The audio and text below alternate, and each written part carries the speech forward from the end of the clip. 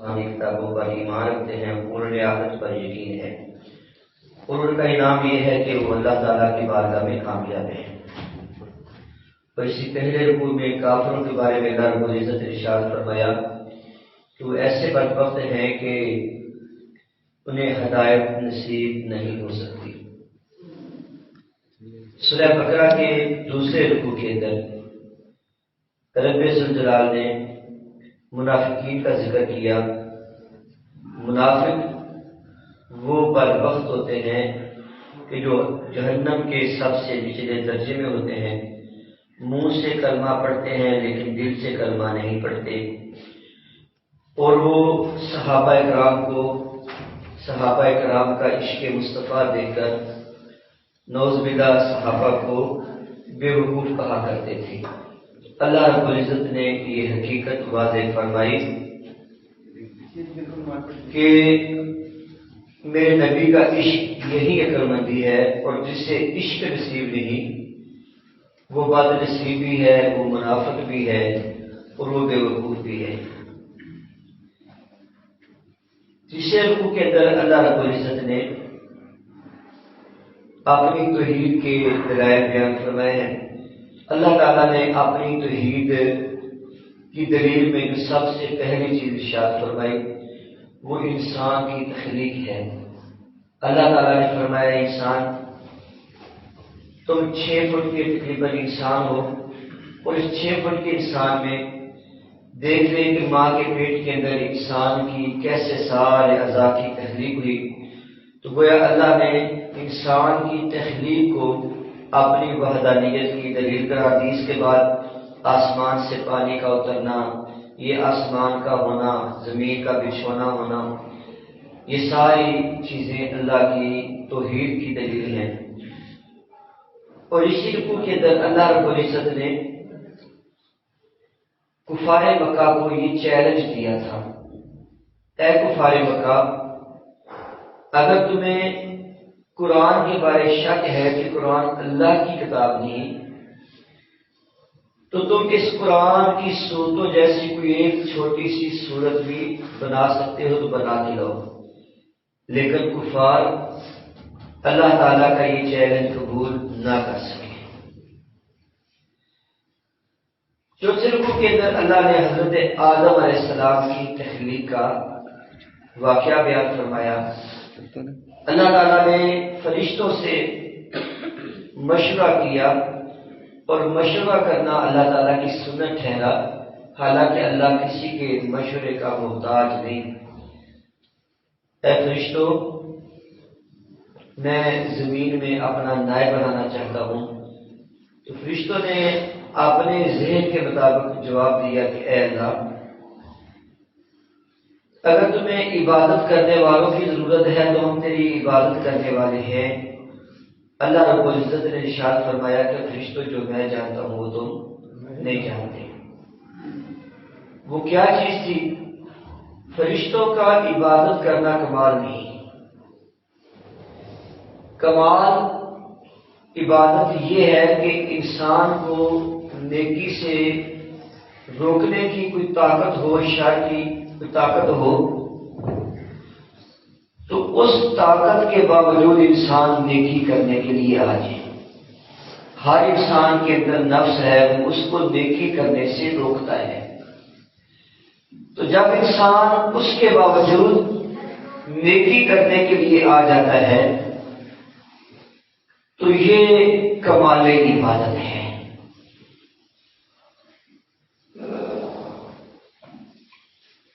اور اللہ تعالیٰ نے حضرت آدم علیہ السلام کی فضیلت کا اظہار علم کے ذریعے کیا۔ اب سوال یہ تھا کہ فرشتوں نے ان چیزوں کے نام اس لیے نہیں بتائے کہ فرشتوں کو آتے نہیں تھے، جناب آدم نے اس لیے بتا دی کہ ان کو نام آتے تھے۔ اگر اللہ تعالیٰ فرشتوں کو بھی چیزوں کے نام بتا دیتا تو فرشتے بھی بتا دیتے، لیکن حقیقت اللہ تعالیٰ نے یہ واضح کرنی تھی کہ ہر ایک میں ہر چیز کی صلاحیت نہیں ہے۔ یہ صلاحیت انسان ہی میں تھی کہ اس نے سیکھا اور بتا دیا۔ رکوع نمبر 5 کے اندر اللہ رب العزت نے بنی اسرائیل سے مراد حضرت یعقوب علیہ السلام کی اولاد ہے، ان کو یاد کرایا کہ تمہارا میرا معاہدہ ہوا تھا۔ وہ معاہدہ کیا ہوا تھا؟ اس رکوع کے اندر اللہ تعالیٰ نے 3 چیزوں کا ذکر کیا۔ اللہ نے فرمایا تمہارا میرا پہلا وعدہ یہ ہوا تھا کہ تم میری عبادت کرو گے، پھر میرے اتارے ہوئے کلام یعنی تورات اور انجیل پر عمل کرو گے اور حق کو باطل کے ساتھ نہیں ملاؤ گے۔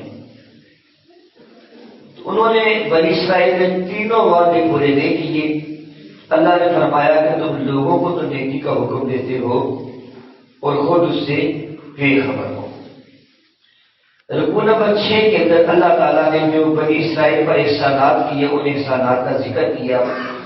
ان احسانات میں سے ان کا جو بچیوں کو ذبح کرتے تھے اللہ نے اس مصیبت سے نجات دلائی، ان کے لیے سمندر کو 2 ٹکڑے کیا، حضرت موسیٰ علیہ السلام کو طاقت عطا فرمائی۔ انہوں نے شرک کیا، اللہ تعالیٰ نے ان کے شرک کو معاف فرمایا، اللہ تعالیٰ نے ان پر من و سلوہ نازل کیا، اللہ تعالیٰ نے بغیر لڑے ان کو شہر فتوحات میں نصیب عطا فرمائے۔ جنہوں نے نماز پڑھی رکوع نمبر 7 کے اندر بنی اسرائیل کا ایک واقعہ بیان ہوا کہ جب انہوں نے اللہ کی بارگاہ میں دعا کی تو اللہ تعالیٰ نے ان پر من و سلوہ اتارا۔ انہوں نے نہ شکری کی کہ یا اللہ ہمیں من و سلوہ نہیں چاہیے، ہمیں مسور چاہیے، ہمیں پیاز چاہیے، ہمیں ساگ چاہیے، ہمیں ککڑی چاہیے۔ تو یہ اللہ تعالیٰ کی نعمت کی نہ شکری کی تو ذلت و رسوائی ان کا مقدر بنا۔ رکوع نمبر 8 کے اندر رب ذوالجلال نے بنی اسرائیل کا واقعہ جو گائے کا واقعہ ہے وہ بیان فرمایا۔ بنی اسرائیل کے اندر ایک بندہ قتل ہو گیا تھا، بھتیجے نے چچا کو جائیداد کے لالچ میں قتل کیا اور خود ہی اس نے شور کر دیا کہ میرے چچے کا قاتل کون ہے۔ اللہ تعالیٰ نے کہا کہ ایک گائے کو ذبح کرو۔ انہوں نے کیلو کال کی تو وہ گائے کے معیار بڑھتے گئے حتیٰ کہ وہ گائے انہیں ایک سونے کے وزن کے برابر خریدنی پڑی۔ مفسرین کرام نے کہا کہ اگر نبی کے سامنے کیلو کال نہ کی جائے، بے جا سوالات نہ کیے جائے، وہ نہ کرتے تو وہ جو بھی گائے ذبح کرتے انہیں قاتل کا پتہ چل جانا تھا۔ گائے ذبح کی، اس گائے کو ذبح کرنے کے بعد اس کا گوشت انہوں نے مردے کو لگایا تو مردے لٹ کے بتا دیا کہ مجھے میرے بھتیجے نے جائیداد کے لالچ میں قتل کیا۔ حضرت موسیٰ کا یہ معجزہ دیکھنے کے بعد ان کے دل پتھروں سے زیادہ سخت ہو گئے۔ یہ رکوع نمبر 9 کے اندر فرمایا، اللہ نے فرمایا کہ میرے نبی کا یہ معجزہ دیکھنے کے بعد کہ مردہ زندہ ہو گیا ہے تو تم نے بھی مرنے کے بعد زندہ ہونا تھا، تو بجائے اس کے کہ یہ معجزہ دیکھ کے تمہارے دل نرم ہوتے، تمہارے دل تو پتھروں سے بھی سخت ہو گئے۔ پتھر ہونے کے باوجود اللہ کے خوف سے گرتے ہیں روتے ہیں، لیکن تم نہیں سمجھ سکے۔ اور رکوع نمبر 9 کے اندر اللہ نے فرمایا کہ بنی اسرائیل والوں نے اپنے پاس سے طرات نکال اس میں تبدیلیاں کی اور تبدیلیاں کر کے انہوں نے کہا کہ یہ اللہ کی طرف سے ہے، تو اپنی طرف سے دین کا مسئلہ بتا کر اللہ کی طرف منسوب کرنا یہ ہلاکت کا سبب ہے۔ اور پھر ان کا ایک عقیدہ یہ تھا کہ ہم نے 40 دن جہنم میں جانا ہے۔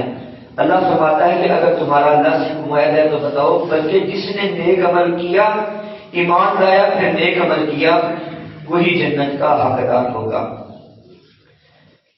رکوع نمبر 10 کے اندر اللہ تعالیٰ نے جو ان کے ساتھ معاہدے ہوئے تھے ان معاہدوں کا مزید ذکر کیا۔ 5ویں رکوع میں کیا، اب 10ویں رکوع میں آ گیا۔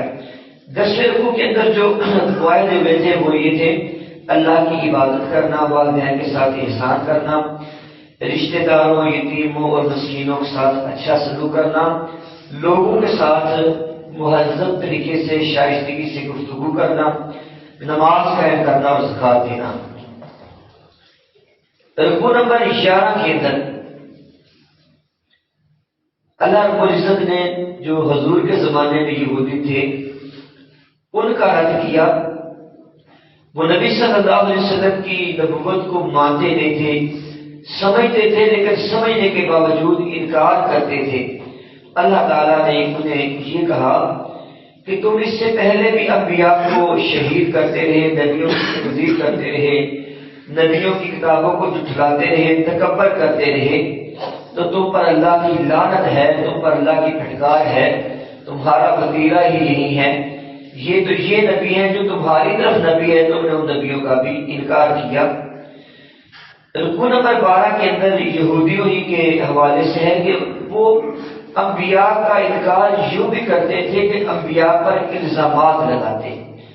ان الزامات میں سے ایک الزام حضرت سلیمان علیہ السلام پر بھی تھا کہ جناب سلیمان علیہ السلام نعوذ باللہ جادوگر ہیں۔ تو جو یہود کا شیوا تھا نبیوں کی ذات پر اعتراض کرنا، اللہ نے فرمایا ان پر خدا کی لعنت ہو، میرے نبی سلیمان نے جادو نہیں کیا تھا۔ تو کسی بھی نبی کی ذات کا انکار کرنا، اس پہ اعتراض کرنا اور نبی کی عظمت کو تسلیم نہ کرنا، یہ یہود کا شیوا ہے اور یہ لعنت کا مستحق ہوتا ہے وہ بندہ۔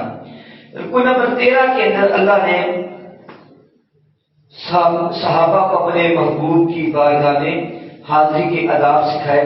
یا ایھا الذین آمنوا لا تقولوا راعنا کہہ کر فرمایا، اے میرے لوگ، اے میرے نبی کے امتیوں صحابہ، یہودیوں پر لعنت اس لیے ہوئی ہے کہ وہ نبیوں کے بے ادب تھے۔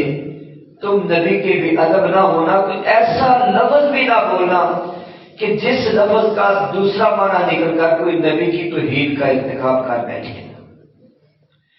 رکوع نمبر 15 کے اندر اللہ رب العزت نے فرمایا سب سے بڑا ظالم وہ ہے جو اللہ کی مسجد کو ویران کرتا ہے، برباد کرتا ہے، مسجدوں کے اندر ٹھنڈے ڈالنے والے، لڑائیاں کرنے والے اور مسجد کی بربادی کے سبب بننے والے، اللہ نے فرمایا وہ سب سے بڑے ظالم ہیں۔ رکوع نمبر 15 کے اندر اللہ رب العزت نے جناب ابراہیم علیہ السلام کا واقعہ بیان فرمایا۔ انہوں نے خانہ کعبہ کی تعمیر کی اور دعا کرتے تھے کہ یا اللہ ہماری یہ ڈیوٹی قبول فرما، اور جناب ابراہیم علیہ السلام نے جو مکہ والوں کے لیے دعا کی ہے اللہ ان کو بے موسم پھل عطا فرما، وہ بھی اسی رکوع کے اندر ہے۔ اللہ تعالیٰ کی بارگاہ میں جو انہوں نے سرکار دو جہاں صلی اللہ تعالی علیہ وسلم کی ولادت کی دعا کی، آپ کی میلاد پڑھا، اس کا ذکر بھی رکوع نمبر 15 کے اندر ہے۔ اللہ تعالیٰ نے رکوع نمبر 16 کے اندر یہ ارشاد فرمایا کہ جو ابراہیم علیہ السلام کے طریقے سے اور مذہب سے منہ پھیرے گا وہی سب سے بڑا بیوقوف ہے۔ صدق اللہ مولانا العظیم۔